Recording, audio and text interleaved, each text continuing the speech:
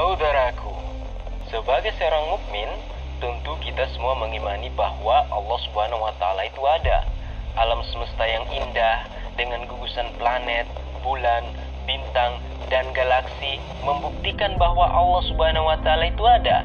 Saat mencermati diri kita sebagai manusia dengan seluruh anatomi fisiologisnya, kita menyadari bahwa semua itu tidak terjadi dengan sendirinya. Pasti ada pencipta dan pengaturnya.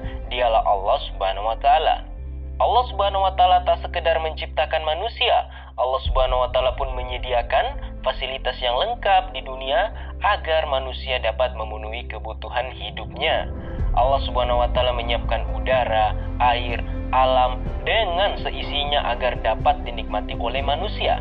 Inilah bentuk kasih sayang Allah Subhanahu wa Ta'ala yang luas tak bertepi kepada manusia.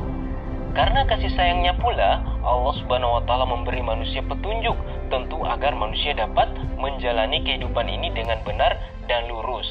Jika manusia mengikuti petunjuk tersebut, hidupnya pasti akan bahagia di dunia maupun akhirat.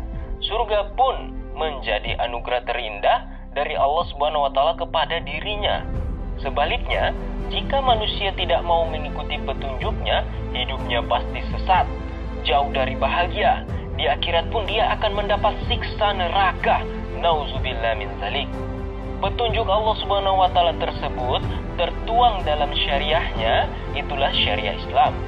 Syariah Islam hadir dengan lengkap, sempurna, universal, adil dan jauh dari kezaliman.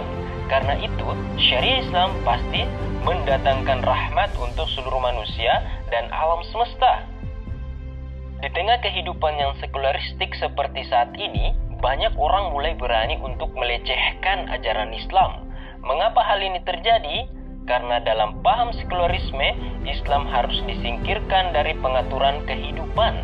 Islam hanya boleh mengatur urusan pribadi dan hubungan manusia dengan Allah Subhanahu wa Ta'ala, semisal sholat, puasa, zakat, haji.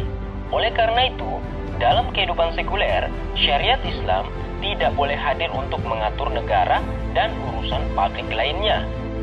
Dari paham sekularisme inilah lahir ekonomi kapitalistik, liberalistik, sistem politik demokrasi oligarki, perilaku politik yang oportunistik, machiavellistik, budaya hedonistik, kehidupan sosial yang egoistik dan individualistik, sikap beragama yang sinkretistik, serta sistem pendidikan yang materialistik.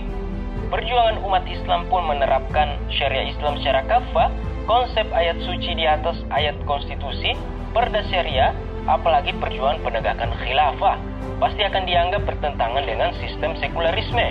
Perjuangan semacam ini akan diperangus dengan berbagai cara oleh kekuatan global sekularisme dan sadarilah bahwa hidup kita di dunia ini hanya sementara.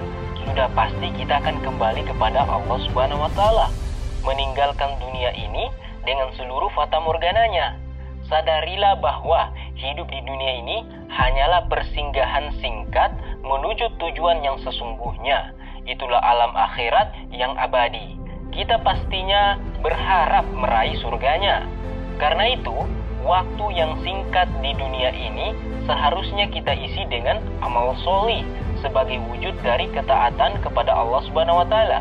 Jangan sampai waktu yang singkat ini kita isi dengan kemaksiatan kepada Allah, apalagi melecehkan dan merendahkan ajaran dan syariahnya.